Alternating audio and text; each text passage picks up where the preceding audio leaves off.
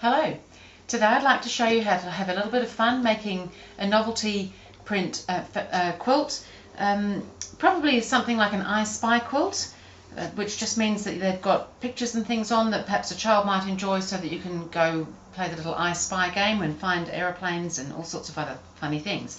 So I have just a few 5-inch squares in my collection, so I've gathered together some novelty fabrics here, and some stripes and dots, and some that really just read as a plain sort of colour, so there's not a lot going on those, and that's so that we get a little bit of variety within the quilt. So first of all, I've already picked out a few here. I'm just going to lay them out into a 9 patch.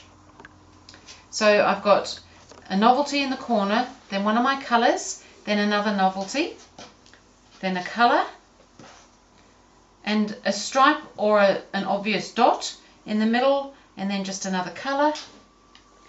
Then we're going to have another novelty, then a colour again, and then another novelty. So you can see this will actually, if I join all those up together, that's going to make a nice 9 patch. So just my 4 corners are actually the novelty fabrics. I've got a stripe or an obvious, it could have been something like this obvious dot maybe, it doesn't really matter.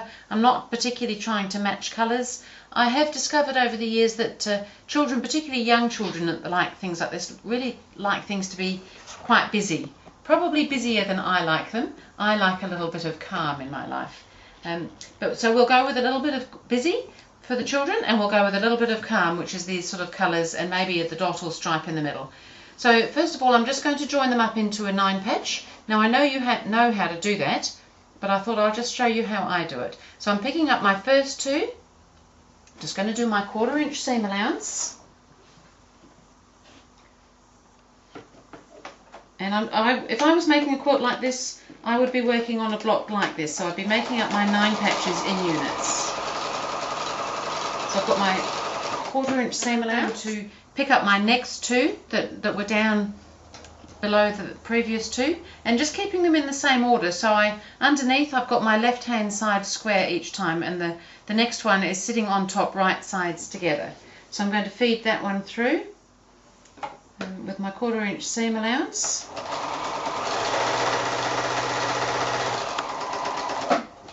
And then I'm going to come back and pick up the next 2, and again keeping that one that's on my left underneath, flipping that one over and sewing this seam here, and then back to the sewing machine. So I'm just chain piecing through this little 9 patch block, well actually quite a large 9 patch. Now I'm going to take that out of the machine, and if I open that out again so you can see where I'm up to, this is all fairly basic, but nonetheless sometimes it helps to see what we're doing. Now I'm going to do the same thing with this row, so I'm going to pick this one up and flip it over onto here, and then I'm going to come back and get the next 2 to do the same thing. So we'll just quickly run that through. So they're still all attached.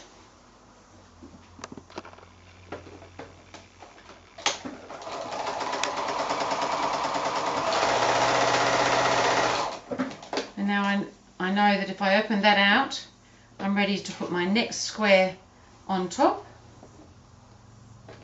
So this is quite a fun way of joining up rows of things.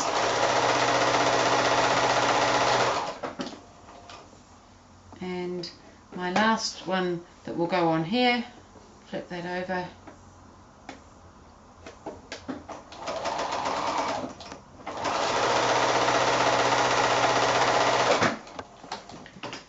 And now I'm going to take that out of the machine, and I'm actually just going to press that. Now if I had lots and lots of seams, I might consider not pressing and pressing at the end, but I do like to press as I go. So whilst it's a little bit awkward when everything's attached, I'm going to leave them attached. I'm still going to press the top row, and I'm going to press the seams all one way. And then I'm going to miss the middle row and do the next row, and again those seams the same way as the top row. So just get those pressed down nicely, and then I'm going to turn it round and do that middle row and press the seams again in that same direction. You could have turned it and pressed them the other way, but I find it very hard to make the iron turn round in my hand, so I find it much better to turn the fabric. So I'm pressing that middle row. So what I've ended up with is 3 rows still joined together, and on the back side I've got my seams going that way, then that way, then that way, so that when I draw, now I'm going to pick these up and join them together, the seams will just nestle in together. So because one's going one way and the next one's going the other way, etc. So now I'm going to go back to the machine. So still joined up, we're not losing the direction of our fabrics and which way they go. I have done big quilts joining up blocks and things this way, but it's not always of benefit to do this. But on something like a 9-patch like this, it's easy. You don't lose the position of your fabrics and things like that. So just butting those little seams, you can usually feel when they're nestled one against the other there.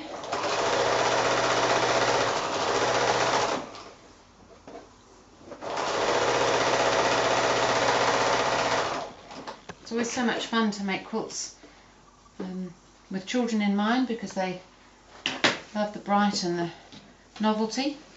Okay, so I've got 1 row of my 9-patch joined up. Now I've just got this other row to do. So again, I'll flip that over and those seams will butt together as we get to them, and then we'll have a 9-patch. We'll give it a quick press.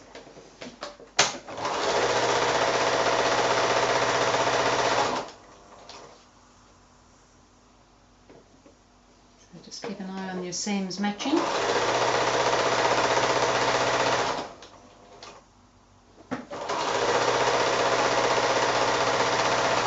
Sometimes you've got a lot of bits and pieces of fabrics and you're not sure what to do with them, and if there's enough to get a 5-inch square out of them, there's enough to make all sorts of things out of them. Okay, so I'm just going to quickly press that now. Now it doesn't really matter which way these seams go at this stage, so I'm just going to press them both in the one direction. My ironing board's not quite big enough for this block.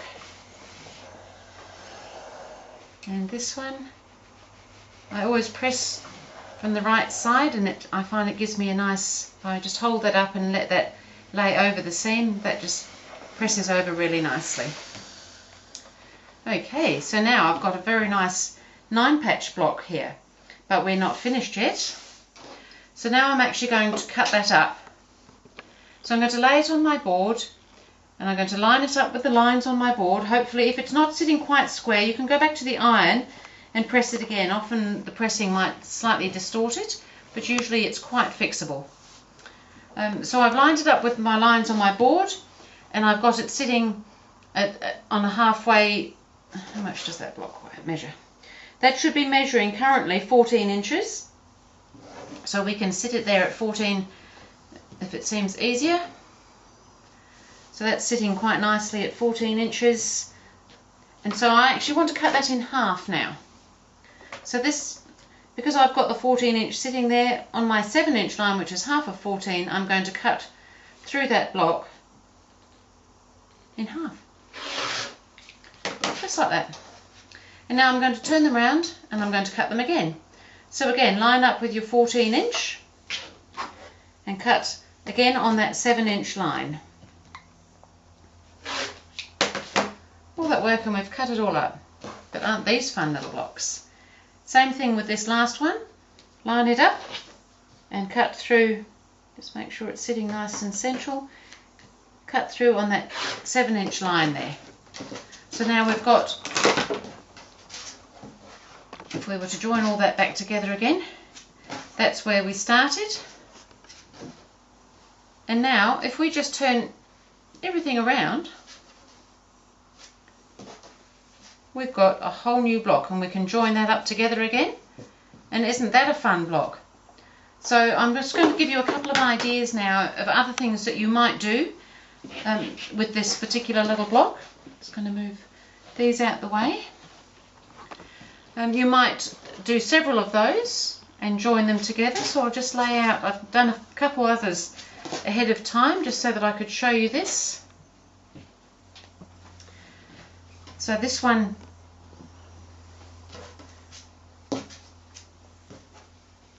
here started out as a fun block like that,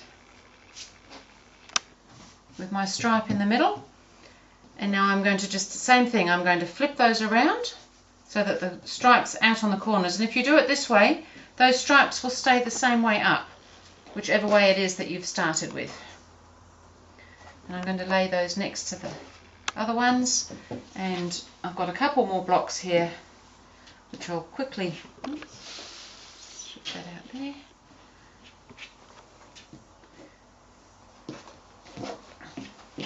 Again, I started off with, this time with a dot in the middle. Oops. And my colours. And again, I'm just going to flip those out like that. So what we're getting now is this really nice combination of colours in between some quite busy fabrics, which to me just calms things down a little bit. It's not entirely calm, of course. But nonetheless quite a nice way. So again, that was how my block started, and I'm going to flip those corners out to the outside corner. Now you might come up with a little bit more rhyme and reason in where your dots and stripes go, but to me that's quite a pleasing way of using up some 5-inch novelty fabrics and making a really fun, bright children's quilt. Now another option for the layout could be that you simply turn the blocks so that one's up and one's down, and then you would do the same thing here. You'd alternate. Oops, that was already in the right place. That one goes up and that one comes down, and so that you then end up with this another option of the layout. So really you could just play for hours. I've probably given you something to start with, and you might not leave your same ones together, you might mix them around for that sort of layout. There's one other suggestion I'd just quickly like to give you, which would involve me moving all these as we do. And this would be to perhaps put a little bit of sashing between each block, again to create a little bit more calmness. So I've just got a piece of fabric here, rather than lots of strips at the moment, which I'm going to lay out here. And if we carefully place, this is how I often check to see how my fabrics and things are looking before I go ahead and cut up bits. So I might just lay them with a sashing strip amount of fabric in between them. Can you see them with all these little threads hanging off? But it just gives you a bit of an idea, hopefully, of oops, which way are we going? Of how it might look with the sashing. Probably got those around the wrong way, have I? Never mind. I'll let you work out how they go. But just to give you an idea again of that separation with a colour, or you might go back to your original 4 that we had. Oops, not that way. So that you've got sashing in between. Oh, I did that one wrong. We've still done it wrong. So that we've got a bit of sashing around that sort of block there. So I'll just lay this one over, and even that could be quite a fun way. So this was really just to show you some of the possibilities that you can achieve, again with 5-inch squares, because that's what I like to do, but just playing around. I guess I'm trying to encourage you through some of these videos to have a little play, to try different things out, and that was just an idea for perhaps a Novelty I Spy. Of course you don't have to use Novelty I Spy fabrics, you could make this with quite different fabrics, but today I wanted to have a go at a children's quilt. Thank you.